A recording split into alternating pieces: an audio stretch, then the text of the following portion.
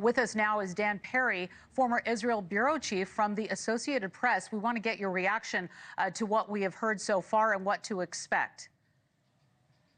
Well, the tricky bit now is that even though the deal, if you look at the basic parameters, suggests that essentially the war will be over in three phases and Israel will pull out of Gaza and end the war in exchange for the hostages, the reality is that only the first part of it, where 33 hostages are released and Israel pulls back, if not out, of the Strip, only the first phase has been negotiated. And the full implementation of this deal would be very politically awkward for Netanyahu. It kind of looks like the far right will pull out and his government won't survive.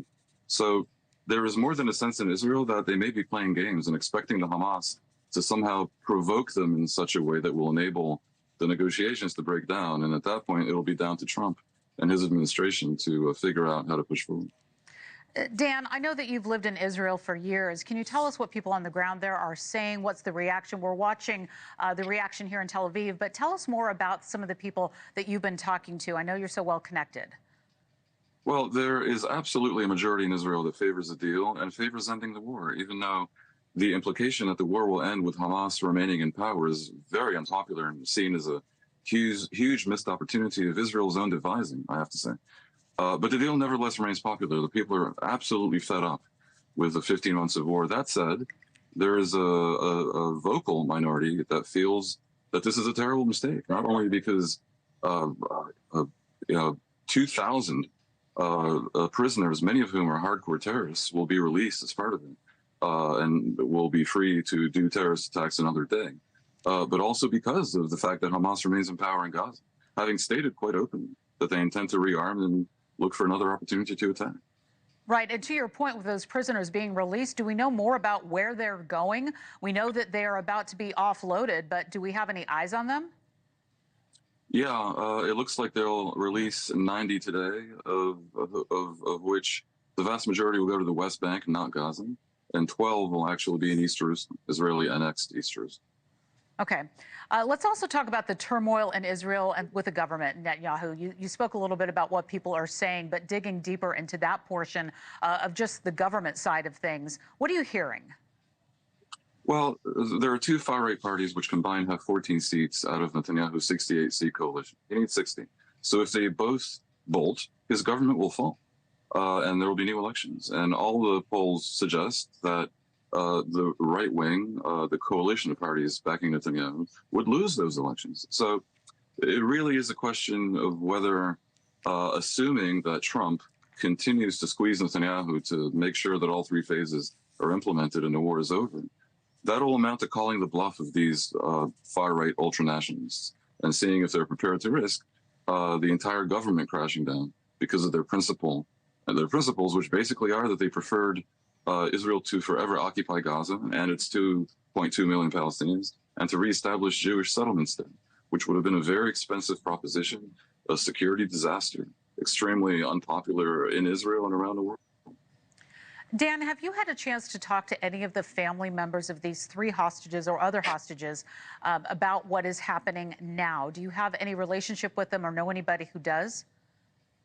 No, actually, I haven't spoken to these three, but I'm quite close with a number of the hostage families. Mm-hmm. And they break down pretty much the way I did I said Israeli public opinion does. The vast majority of them want a deal and want the hostages back. Some of them didn't want a deal that wasn't everyone for everything in one go, because they feel like the remaining 2/3 of the hostages may have been essentially sacrificed because they can see ahead that Netanyahu or Hamas or both might find a way to scuttle the deal. But basically, the interesting thing today is that Mike Waltz said that Hamas will never rule Gaza again, the incoming national security advisor. Mm-hmm. That can only mean that they intend to pressure Netanyahu to agree to restore the Palestinian Authority to Gaza. And that alone would bring down his government, because half of his coalition, Netanyahu himself, have been vilifying the PA, claiming preposterously that they're just as bad as Hamas. And there's quite literally no alternative to Hamas, Israeli occupation, or the PA. Nothing else is going to work. And for Waltz's statement to be true, that means pressure is coming from Trump and Netanyahu to bite the bullet on this one. Yeah, there's a lot more road ahead of us, as we know. And I just want to point to our viewers right now. What you're looking at on your screen is President Biden in church in South Carolina. He did just speak to the media about the hostage release and about the deal. So here we see him live right now on your left in Charleston, South Carolina, attending church. And on your right, we've got live cameras in Tel Aviv and Israel. This is Hostage Square, where the morning began with dozens, now hundreds of people have gathered. They are cheering what has just happened in Israel. And as we take a beat and looking at these two images, Dan, I also wanted to ask you, obviously we've got a very big day here in America tomorrow with the inauguration of President-elect Trump in Washington, D.C. And as we have this historic moment, on the cusp of this transition, let's talk about the differences between President Biden and President-elect Trump's administration and how you see this moving forward with those differences. Well, Netanyahu is obviously very close to the Republican Party, and he openly supported Trump, which made things extremely difficult for Israel with the Democrats. But the bottom line is, despite Biden's unhappiness with Netanyahu's insistence on prolonging the war, from his perspective, he put up with it and continued to send Israel armaments and to provide a diplomatic cover at the United Nations and so forth. Despite the assumption that Trump is going to be an automatic supporter of everything Israel does, I think the Israeli right may find themselves disappointed, because Trump is less likely, I think, than Biden to tolerate being ignored. And if Trump insists that the war end, and I just explained what the only way the war can end actually is without Hamas being in power, I foresee that there may be some tension between Trump and Netanyahu, despite the overall assumption by almost everyone that Trump coming to power frees up Israel of pressure, for example, on a humanitarian front, on almost all fronts that have to do with how he conducted the war. But the minute Trump insists on an end to the war, I believe that Netanyahu will have a very difficult time ignoring him. And so for this and other reasons, I think what we're looking at a possible political crisis in Israel rather soon. Yeah, I was going to ask you about, this deal, because it was essentially the same deal that Biden had offered up. And then all of a sudden, things changed. It went through with the Trump administration and the envoy. So as we dig deeper into that, because this is phase one, we've got two more phases to go through. Talk to me about how you see phase 2 and 3 and the rest of phase 1, for that matter. Basically, phase 2 and 3 have not been fully negotiated in terms of all the modalities. Phase 1 has. So bad faith players on either side could find a way to scuttle the talks. I just think that the Trump administration, from everything I'm hearing from all the incoming officials, is going to have no patience with that, at least to the extent that it comes from Israel. I also expect for Israel, for the Netanyahu government, to try to cause that to happen. In other words, to make the negotiations extremely difficult and cause it to break down, because Netanyahu has proven willing to extend the war for political reasons in Israel.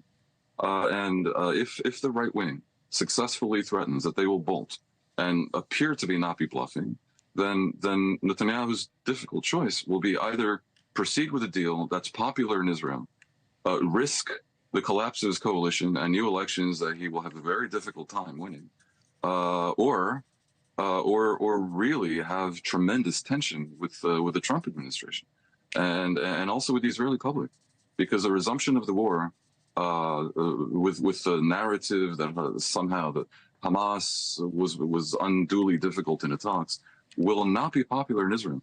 The Israeli people, to the tune of about 75%, want this deal to be concluded all the way to the end and for the war to be over. And I have to underscore that this is despite the great unhappiness with the fact that Netanyahu somehow has, I think, almost blundered into a situation where Israel is being pressured to end the war without a replacement for Hamas in Gaza. And this is a violation of Netanyahu's fundamental promise at the beginning of the war, that the two goals were the eradication of Hamas as a governing force in Gaza and the return of the hostages. It always seemed, I think, to thoughtful Israelis that those two goals were somewhat in conflict. And the fact that this is the deal that's currently being done rather proves that this is so.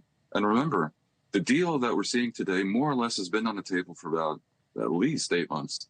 It is a deal that Biden negotiated back in May, even though Trump Right. perhaps was what was provided the final pressure that caused Bibi to cave and accept it. It is, in fact, the Biden plan.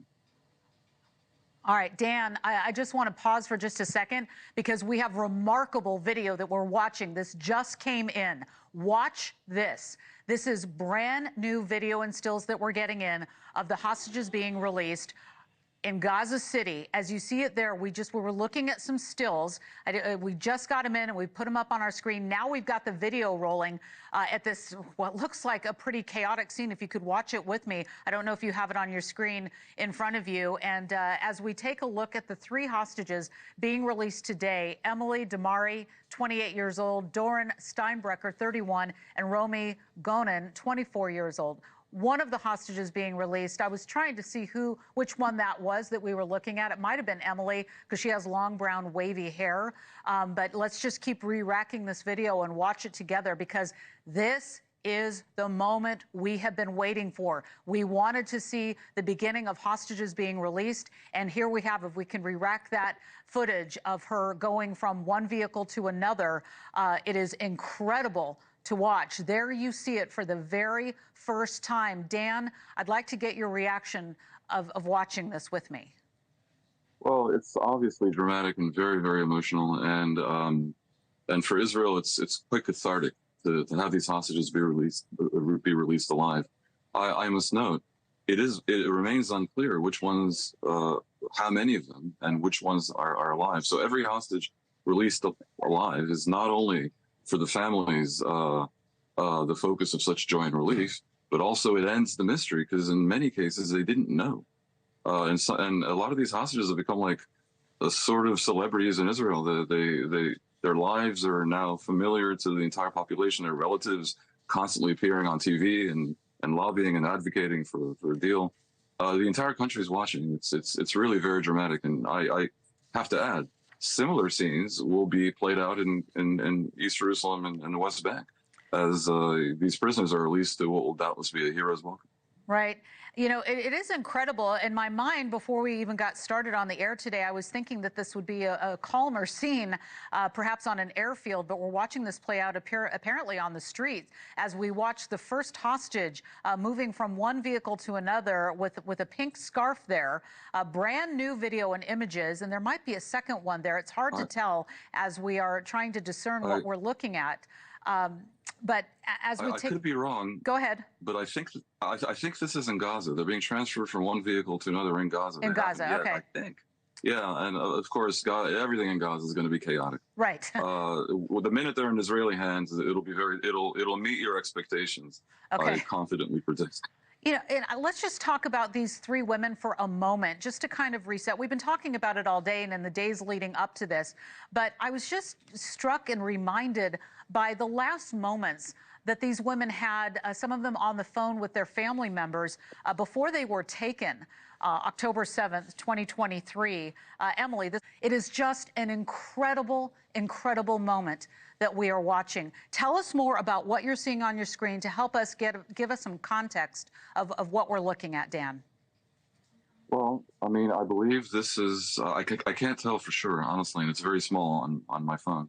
But I believe this is Hamas being Hamas handing one by one these three young women to the Red Cross, I think, from which point they would be delivered to Israel at one of the crossings into southern Israel. I feel I should add, in almost all the cases, not just of the hostages, but many of the people who were killed on October 7th, all these videos came out, the snippets of audio about last conversations, WhatsApp exchanges, and so this big narrative has been created about many of these hostages, but some of it is genuinely heartbreaking because, for example, Hirsch Goldberg Poland, he was extremely well known because his parents appeared in the U.S. time and again, and he's a U.S. citizen. He could have been released if this deal had been the exact same deal had been agreed to in May, when Biden asserted that Israel itself had proposed the deal, and somehow they got cold feet. It all fell apart. Hirsch was killed several months after because of that. So many of the hostages have been killed, and I think for their families today, there is enormous heartbreak and a sense of a loss that was needless. Absolutely. Yeah, we could have been watching images of them. It is absolutely heartbreaking as you have the celebration on the other side of this. Dan Perry, thank you very much for walking us through these first initial moments of watching these images. I really appreciate it.